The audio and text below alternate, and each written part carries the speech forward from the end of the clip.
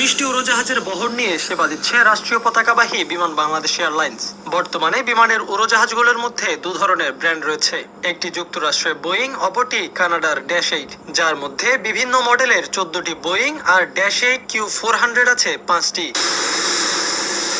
গেল কয়েক বছরে বিমানের বহর বাড়াতে বোয়িং ও এয়ারবাসের মতো বড় দুটি প্রতিষ্ঠান দফায় দফায় প্রস্তাব দিয়েছে। দুটো প্রতিষ্ঠান থেকে 14 উড়োজাহাজ কেনার প্রস্তাব পর্যালোচনা করেছিল বিমান বাংলাদেশ এয়ারলাইন্স। বিমান যখন বড় দুটি ব্র্যান্ডের অফার পর্যালোচনা করছে, তখনই হঠাৎ জানা গেল অন্তর্বর্তী সরকার শুল্ক কমাতে বিমানের জন্য যুক্তরাষ্ট্রের কাছে 25টি বোয়িং এর অর্ডার দিয়েছে, যার মধ্যে কিছু উড়োজাহাজ আগামী 2-1 বছরের মধ্যে পাওয়া যাবে। আর সবগুলো পেতে সময় লাগবে 20 থেকে 25 বছর।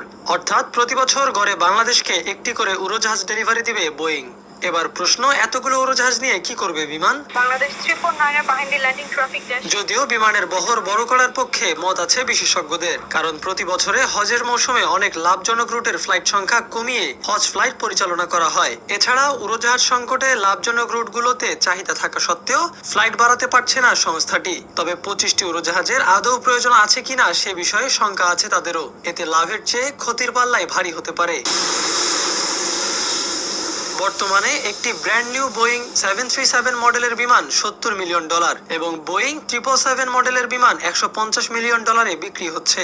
সরকার থেকে যে 25টি বিমান কেনার সিদ্ধান্ত নেওয়া হয়েছে, তার মধ্যে যদি বোয়িং 737 এর মতো 15টি ন্যারো বডির ও বোয়িং 777 বা 787 এর মতো 10টি ওয়াইড বডির উড়োজাহাজ থাকে, তাহলে এর মূল্য দাঁড়াবে প্রায় $2,500 বিলিয়ন, যা বাংলাদেশি টাকায় প্রায় 31,000 কোটি টাকা।